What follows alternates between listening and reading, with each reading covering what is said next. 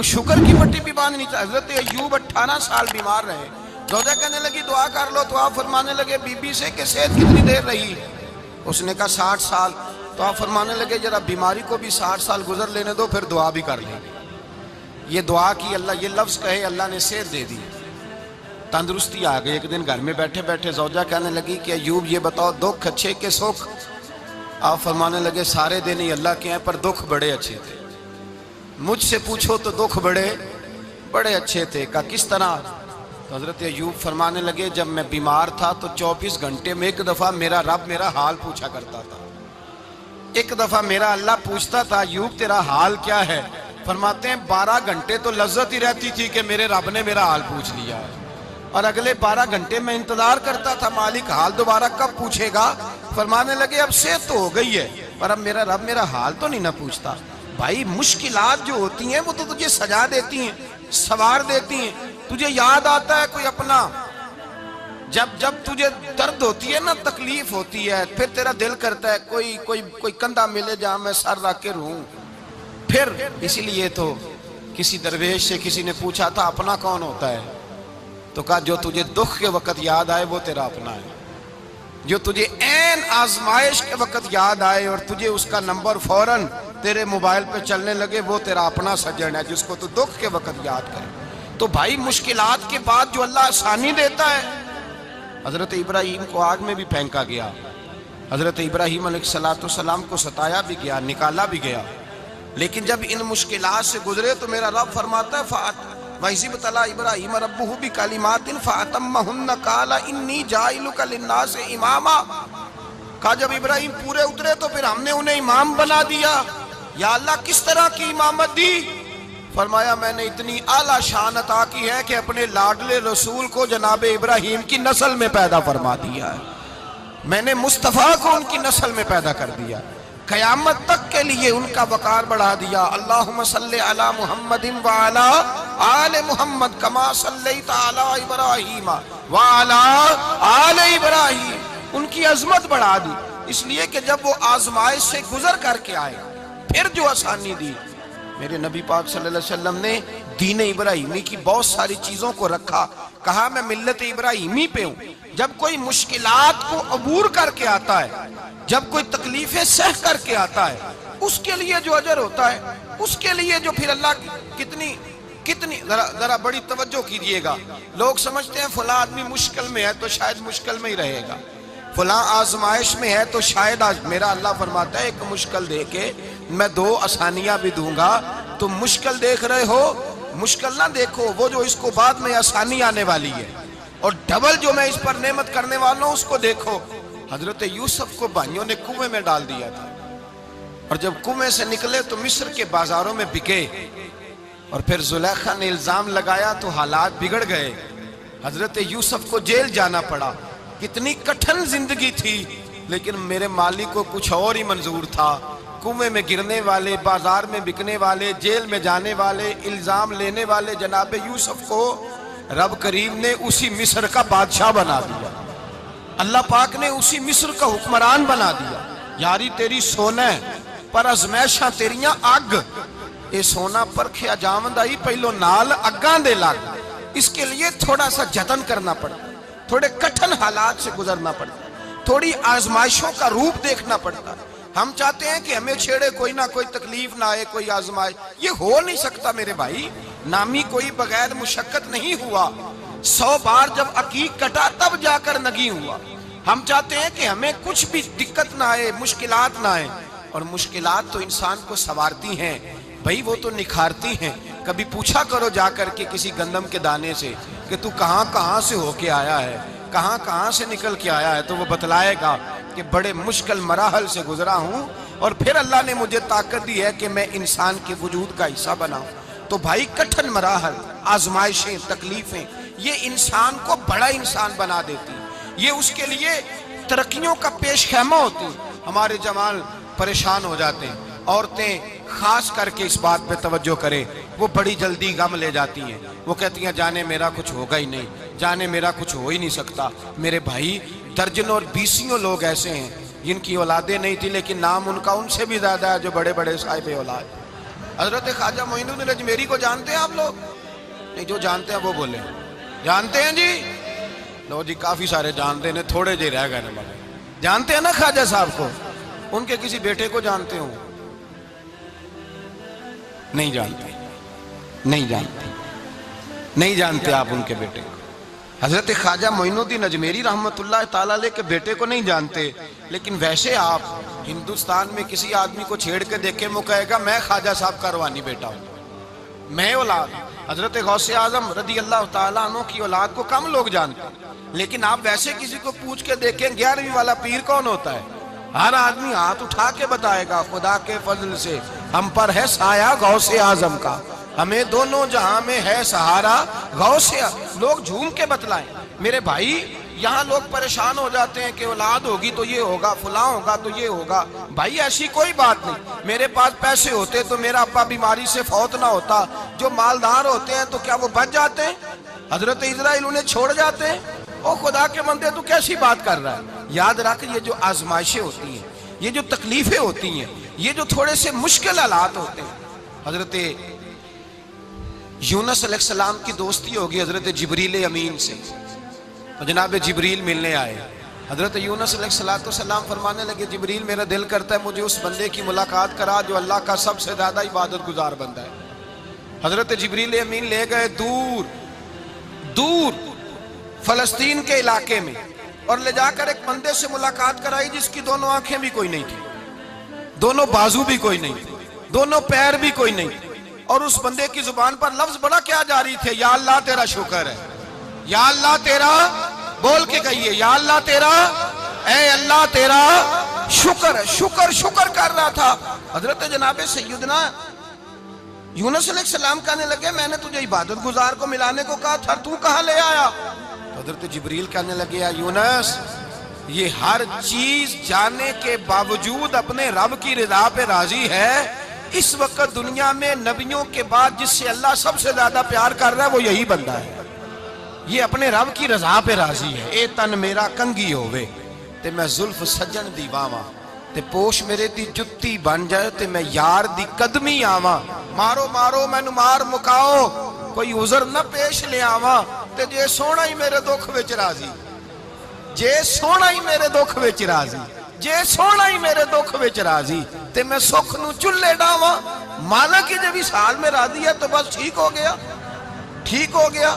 وصل اچھا ہے نہ فراق اچھا ہے، بس جس حال میں محبوب رکھے وہی حال اچھا ہے۔ بس جس حال میں انہوں نے رکھا بات ٹھیک ہو گئی۔ اس میں اب انسان شکوہ کرتے پھرے کہ یہ کس طرح ہے، وہ کس طرح، اپنے آپ کو مطمئن رکھا ہے۔ مشکل کے بعد جو آسانی آل، حضرت لقمان حکیم، ان کے نام پر قرآن مجید کی پوری سورت ہے۔ حضرت لقمان حکیم علیہ رحمہ آپ اپنے بیٹے کو نصیحت کر رہے تھے، کہنے لگے بیٹا کو مشکل آئے تو گھبرانا نہیں، کوئی مشکل آئے تو کرے، بیٹوں کو سمجھ آ جائے کہ مشکل آئے تو، سمجھ آ رہی ہے بات کی، مشکل آئے تو۔ اور کیا خوبصورت جملے، بیٹے کو بٹھا کے کہتے ہیں بیٹا چھوٹی مشکل آئے گی تو اللہ بڑی مشکلات آسان کر دے گا، سمجھو چھوٹی مشکلات آئیں تو اللہ نے بڑی مشکلیں اس نے آسان کر دی۔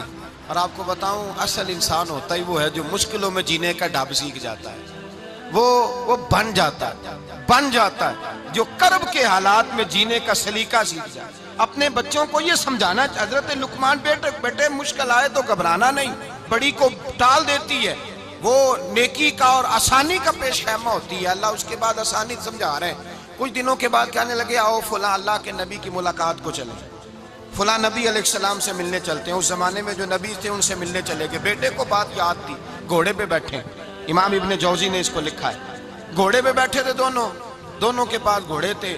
اب رستہ بہت زیادہ تھا، کھانا ساتھ لے لیا، پانی ساتھ لے لیا، رستہ لمبا تھا، صحرا کا علاقہ تھا۔ جب جانے لگے تو اتنی سخت گرمی ہوئی کہ گھوڑے بھی بے ہوش ہونے لگے۔ اچانک ایسی گرم لو چلی کہ گھوڑے بھی، اب دونوں باپ بیٹا جو تھے وہ بڑی جوش میں تھے کہ جانا ہی جانا ہے، گھوڑے سے اتر کر کے پیدل چلنے لگے۔ اب پیدل چلتے چلتے ذرا آگے گئے تو اب گرمی میں جتنا بندہ پیدل چلتا ہے اتنا پیاس بھی زیادہ لگتی ہے، تو پانی پیتے رہے، کھانا کھاتے رہے، کھانا پانی بھی ختم ہو گیا۔ تھوڑا آگے چلے نا، اس قدر تکلیف بڑھی کہ حضرت جناب لقمان کے بیٹے کے پیر کے اندر ایک ہڈی پیوست ہو گئی، اتنی بڑی ہڈی تھی وہ اندر ہی چلی گئی پیر، خون کے فوارے گرنے لگے، بیٹا بے ہوش ہو گیا۔ حضرت لقمان اس کے سرانے بیٹھے تو بیٹا تھا نا، آنکھوں میں آنسو آ گئے۔ بیٹے نے آنکھ کھولی تو کہنے لگا ابا جی آپ تو صبر کرنے والے ہیں، آپ رو رہے ہیں؟ فرمایا بیٹے میں کیا کروں، میرے سینے میں جو دل ہے وہ ایک باپ کا دل ہے، تو باپ جو ہوا تیرا، تیری دکھ پر رونا آیا۔ بڑی مشکل سے دانت کے ساتھ ہڈی نکالی، ہڈی نکلی تو خون بھی چلا۔ صاحب زیادہ کہنے لگا حضور آپ نے تو کہا تھا ہر مشکل کے بعد آسانی ہوتی ہے، اور چھوٹی مشکل دے کے اللہ بڑی سے بچا لیتا ہے، تو ہم تو اچھے کام چلے تھے، مشکل پہ مشکل، مشکل پہ مشکل، یہ کیا ہے؟ حضرت لقمان کہنے لگے بیٹا نہ تو رب کی حکمتوں کو جانتا ہے، نہ پوری طرح میں جانتا ہوں، لیکن جو میں نے کہا تھا وہ بات سچی ہے۔ فَإِنَّ مَعَ الْعُسْرِ يُسْرًا إِنَّ مَعَ الْعُسْرِ يُسْرًا، اللہ ہر مشکل کے بعد آسانی عطا فرمائے گا، اور فرمایا میرا ایمان ہے کہ ضرور ضرور عطا فرمائے گا۔ یہ بات کہہ رہے تھے کہ سامنے سے دھواں اٹھا، اتنا سخت دھواں اٹھا کہ آپ نے سوچا شاید وہاں بادیا وہاں جاتے، وہاں چلنے لگے تو پیچھے سے کسی نے آواز دی ٹھہر جاؤ، رکو، وہیں رک گئے۔ تھوڑی دیر گزری تو کہا رک جاؤ، جب رکے تو ایک بولنے والا بولا، کہنے لگا تمہارے لیے تھوڑی دیر کے بعد جانوروں کا بندوبست کر دیا جائے گا، کھانے کا بھی بندوبست ہو جائے گا، بچے کا پیر بھی صحیح ہو جائے گا، چلے جانا لیکن ذرا ٹھہرو۔ حضرت لقمان کہنے لگے بولنے والے تو کون ہے؟ تو کہنے لگے میں اللہ کا فرشتہ ہوں، میں اللہ کا فرشتہ ہوں۔ کہا اللہ کے فرشتے اور یہ سارا کچھ کیا ہے؟ تو فرشتہ کہنے لگا اصل بات یہ ہے کہ سامنے بستی پر مجھے عذاب نازل کرنے کا حکم ملا تھا، آپ بڑی تیزی سے آ رہے تھے، میں نے رب سے دعا کی کہ اللہ اس باپ بیٹے کی غلطی کوئی نہیں، مہربانی فرما۔ رب نے پہلے آپ کو صحرا میں الجھایا، پھر میری دعا کی برکت سے آپ کے گھوڑے ٹھہر گئے، پھر میری دعا کی برکت سے آپ کا پانی ختم ہوا، پھر میری دعا کی برکت سے آپ کے بیٹے کو زخم آیا، پھر میری دعا کی برکت سے سامنے سے دھواں اٹھا۔ فرمایا یہ جو تمہیں مشکل پہ مشکل آ رہی تھی، یہ تو میرا رب تمہیں عذاب سے بچانا چاہ رہا تھا، یہ جو تمہیں مشکل پر مشکل آ رہی تھی تو میرا مالک تمہیں عذاب سے بچا رہا تھا، تم سمجھ نہیں رہے تھے۔ حضرت لقمان نے بیٹے کی طرف دیکھا تو بیٹے کہنے لگے ابا جی بات بالکل سچی ہے، افضل الذکر لا الہ الا لا الہ الا، اور پھر پڑھنے لگے حسبنا اللہ و نعم الوکیل نعم المولا و نعم النصیر۔ یہ ورد ہونے لگے۔ بھائی جب تجھے مشکل آتی ہے، آزمائش آتی ہے، تو اس وقت سمجھتا ہے پتہ نہیں میرے ساتھ کیا بننے لگا ہے۔ اللہ تبارک و تعالیٰ چھوٹی مشکل دے کے تجھے بڑی سے محفوظ رکھتا ہے، چھوٹی بیماری دے کے تجھے بڑی سے محفوظ رکھتا ہے۔ بلکہ میں ایک دفعہ ایک تکلیف میں، ایک آزمائش میں مبتلا ہو گیا، تو میں نے اپنے حضرت سے کہا کہ حضور سارے دکھ کٹھے ہی آ گئے، کیا کیا جائے؟ تو آپ فرمانے لگے بڑے خوش نصیب ہو، جوانی میں اللہ نے دکھ دے دیے، بڑھاپے میں آئے تو برداشت نہیں ہوتے، یہ تو بڑے وقت پہ آ گئے، شکر ادا کرنا چاہیے، اس زمانے میں برداشت نہیں ہوتے، اب آسانی ہے، ان کو برداشت کرو، ہمت کرو۔ میرے بھائی یاد رکھیں آزمائشیں، تکلیفیں آپ کو بڑا کرنے کے لیے آتی ہیں۔ ہم آزمائش کو برا جانتے ہیں، دکھ کو برا جانتے ہیں، دکھ تو بڑے پیارے ہوتے ہیں، یہ رونے کا سلیقہ سکھاتے ہیں، یہ اللہ کو منانے کا طریقہ سکھاتے ہیں، یہ مسجد میں جانے کا۔ وہ جو سکھی بندہ ہے نا، سکھی، مجھے ایک صاحب کہنے لگے دو قسم کے لوگ مدینے سے آتے ہیں، مدینہ شریف پوچھنے لگے، کہنے لگے حضرت جی دو قسم کے بندے ہیں، کچھ واپس جاتے ہوئے تڑپ رہے ہیں، کچھ تصویریں کھینچ رہے ہیں رخصتی کے وقت، فرق کیا ہے؟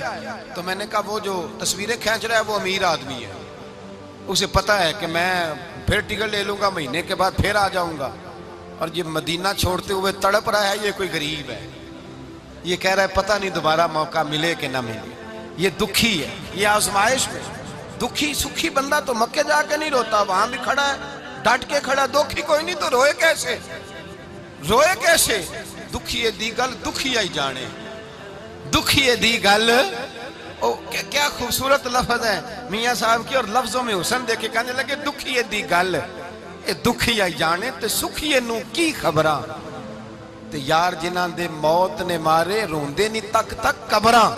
یہ مشکل مرحلہ ہوتا ہے، جب انسان تکلیف میں ہوتا ہے پھر اسے احساس ہوتا ہے، اور تکلیف والے کو ہی تکلیف والے کی تکلیف کا احساس ہوتا ہے۔ جب آپ کو اللہ مشکل دیتا ہے تو سمجھ لے رب آسانی دینا چاہ رہا ہے، جب تیز دھوپ آتی ہے تو سمجھ لے اللہ گرم ہوا گزار کے ٹھنڈی بارش برسانا چاہ رہا ہے، اور جب چاروں طرف سے گھٹن ہو، پنجابی میں کہتے ہیں گمہ لگ جائے، تو پھر سارے بول کے کہتے ہیں اب جو طوفان آئے گا وہ سخت ہی آئے گا، اس لیے کہ گھٹن جتنی زیادہ ہوتی ہے پھر فضل بھی اتنا۔ جن لوگوں نے تکلیفیں زیادہ سہی تھی رب نے عزتیں بھی زیادہ ہی عطا فرمائی، جن لوگوں نے تکلیفیں زیادہ سہی نا انہیں اللہ نے درجہ بھی۔ حضرت بلال حبشی نے بڑی تکلیف سہی، مارا کرتا تھا امیہ، بڑا مارتے تھے، اتنا مارتے تھے کہ موٹے، آپ نے کبھی دیکھے ہیں دیہاتوں میں موٹے موٹے پائے ہوتے تھے چار پائیوں کے، موٹے موٹے پان کی چار پائیاں اور بڑی چار پائیاں کافر بچھا کے بیٹھ جاتے اور حضرت بلال حبشی کے پیر ان کے نیچے رکھ دیتے، ہاتھ ان کے نیچے رکھ دیتے، آگ لوہا گرم کر کے اس کے اوپر ننگے بدن لٹا دیتے۔ مکے نے بڑی آزمائشیں دیکھی، پھر اسی مکے نے مدینے نے عجیب رنگ دیکھا کہ میرے نبی معراج سے واپس آئے اور حضور نے عظمت دی، فرمایا بلال یار تیرا بڑا مقام ہے، تو مدینے میں چل رہا تھا اور میں جنت میں تیرے قدموں کی آواز سن رہا تھا، کتنا تیرا مقام ہے، کتنا تیرا درجہ ہے، میں وہاں تیرے چلنے کی آواز سن رہا تھا۔ حضرت ابو بکر صدیق رضی اللہ تعالیٰ عنہ نے اس زمانے میں حضور کی نوکری کی جب دوسرا جانثار کوئی نہیں تھا، سارے لوگ تانے دیتے، کہتے ابو بکر تو اکیلا ہی سیاںا ہے، سارا مکہ مخالفت کرتا ہے، تو جان ہی نہیں چھوڑتا، سارا زمانہ مخالفت کرتا۔ ابو بکر صدیق نے مال بھی دیا، جان بھی دی، شہزادی حضرت عائشہ بھی دی حضور کی خدمت میں، ہر چیز لٹا دی۔ دنیا کو پتا اس دن چلا جس دن میرے رسول پاک صلی اللہ علیہ وسلم مسجد نبی میں بیٹھے تھے، درجنوں صحابہ تھے، حضور نے فرمایا ابو دردہ کو تو بلاؤ۔ جناب ابو دردہ حاضر ہوئے تو کہتے ہیں حضور کا چہرہ دیکھا تو ناراضگی ہے چہرے پہ، میں نے دیکھتے ہی کہا حضور آپ مجھ سے ناراض ہیں؟ حضور نے فرمایا ہاں میں ناراض ہوں۔ جب یہ لفظ کہے تو میں کانپنے لگا، حضور ناراض ہو گئے؟ میں نے کہا یا رسول اللہ میری غلطی۔ تو نبی پاک نے فرمایا تو میرے ابو بکر کی عظمت نہیں جانتا؟ حضور جانتا ہوں۔ حضور کیا ہوا؟ نبی پاک نے فرمایا کل تو گلی میں گزر رہا تھا، ابو بکر بھی گزر رہا تھا، تو نے سوچا ہی نہیں تو میرے ابو بکر کے آگے آگے چل رہا تھا، یہ خیال ہی نہیں آیا، تجھے پتا نہیں کہ جس نے میرے ساتھ نیکی کی میں نے بدلہ چکا دیا ہے، ابو بکر کا بازو تھام کے اللہ کی بارگاہ میں لے جاؤں گا، میرا رب بھی اسے بدلے عطا فرمائے گا۔ یہ عظمت، یہ شان، یہ بلندی اور رفعت مشکلات سے گزرنے کے بعد ملی۔ میرے نبی پاک صلی اللہ تعالیٰ علیہ وسلم کے ساتھ مولا کائنات شیر خدا حضرت علی نے 9 سال کی عمر سے وفات شروع کی اور تا دم آخری حضرت علی نے وفا کی مصطفیٰ سے، کٹھن مراحل سے گزرے، کٹھن مراحل سے۔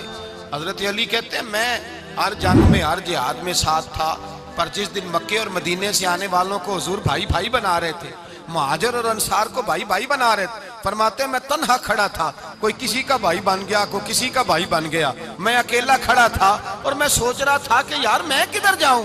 کہتے ہیں میں اس حد تک آیا کہ میرے آنسو بہنے لگے، لیکن میری مشکلات کو آسانی تب ملی جب مدینے کے چاند دھیرے سے اٹھے، میرے قریب آئے، میرا بازو تھاما اور فرمایا علی باقی سارے بھائی بھائی بن گئے ہیں، انت اخی فی الدنیا والآخرہ، تو میرا بھائی ہے، دنیا میں بھی میرا بھائی ہے، قیامت کے دن بھی میرا بھائی ہے۔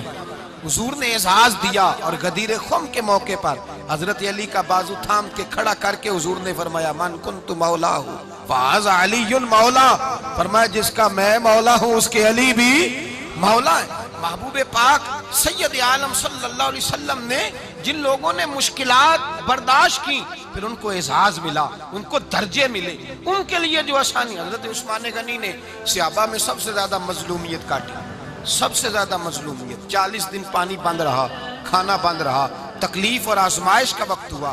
امام جلال الدین سیوطی رحمت اللہ تعالیٰ علیہ الحاویل الفتاوی میں لکھتے ہیں، کہتے ہیں جب حضرت عثمان غنی پر کھانا اور پانی بند تھا، ایک شام حضرت عبداللہ بن سلام ملنے گئے، اس شام، اس صبح جس شام حضرت سیدنا عثمان غنی شہید ہوئے، جناب عبداللہ ابن سلام کہنے لگے عثمان تیرا کیا حال ہے، کس پوزیشن میں ہے؟ تو کہتے ہیں جناب عثمان غنی کہنے لگے عبداللہ آج میں بڑا سکھ میں ہوں۔ کہا 40 دن بیت گئے، کھانا نہیں آیا، پانی نہیں آیا، تو آج کیوں سکھی ہو؟ فرمانے لگے آج مدینے کی سامنے والی گلی میں نے مصطفیٰ کا دیدار کیا ہے، اور نبی پاک صلی اللہ علیہ وسلم نے فرمایا عثمان اگر تو کہے تو تیرے لیے پانی کا بندوبست کر دیا جائے، تیری مشکل آسان ہو جائے، اور اگر تو کہے تو تیرے لیے وہ آسانی کی جائے کہ آج تو میرے پاس آ کے روزہ افطار کر لے۔ تو حضرت عثمان غنی کہنے لگے میں نے مصطفیٰ سے عرض کیا حضور مجھے یہاں کا سوق نہیں چاہیے، مجھے وہ آسانی چاہیے جو آپ کے پاس افطار سے ملے گی۔ فرمانے لگے آج میں رخصت ہو جاؤں گا، افطار رسول اللہ کے پاس کروں گا۔ حضرت عبداللہ ابن سلام فرماتے ہیں پھر اس شام حضرت عثمان شہید ہو گئے۔ لوگ کہنے لگے عثمان شہید ہو گئے، اور میں کہنے لگا نہیں، انہوں نے جا کے نبی پاک کے دسترخوان پہ روزہ افطار کر لیا ہے۔ روزہ افطار بھائی، پھر بعد میں جو آسانی ملی ان لوگوں، جو ان لوگوں کو درجات نصیب ہوئے،